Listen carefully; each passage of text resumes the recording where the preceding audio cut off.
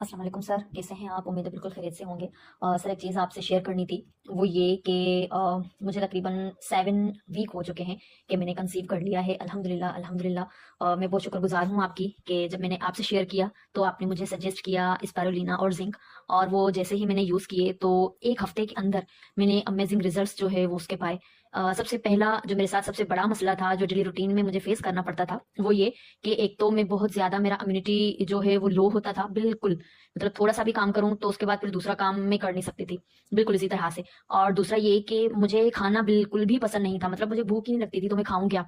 तो इस वजह से मुझे सारे घरवाले डाँटते थे कि कुछ खाओ-पियो और कुछ जान बनाओ, तो वो चलता ही नहीं था खाना, पता नहीं क्यों। लेकिन जब से मैंने स्पाइरुलिना और ज़िंक लिए, तो उसके 1 हफ्ते में ही मुझे ये रिज़ल्ट मिले कि मेरी जो इम्यूनिटी सिस्टम है वो स्ट्रॉन्ग होने लगा। मुझे खुद ही फ़ील हुआ कि अभी मुझे थकावट और जिस्म में दर्द और ये तमाम चीज़ें नहीं हो रही।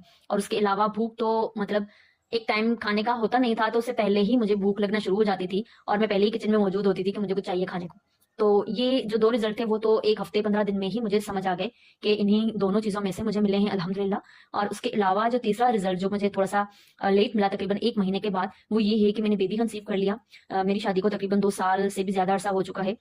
पहले मैंने एक बेबी कंसीव किया था शादी के 1 साल बाद, तो वो प्रेगनेंसी मेरी चली नहीं थी। वो बहुत कॉम्प्लिकेशंस में थी, तो इस वजह से मैं बहुत ज़्यादा बीमार भी रही थी और उसके बाद फिर 1 साल में मुझे नहीं हुआ कंसीव। लेकिन अब ये जब मैंने स्पाइरुलिना और ज़िंक रेगुलर बेसिस स्टार्ट किए, लेना इनटेक किए, तो अल्हम्दुलिल्लाह मुझे मैं कंसीव कर सकी हूँ, मैं इस काबिल बनी हूँ। तो thank you so much sir Ghulam Mustafa कि आपने मुझे सजेस्ट किया, आपने मुझे गाइड किया। Thank you sir.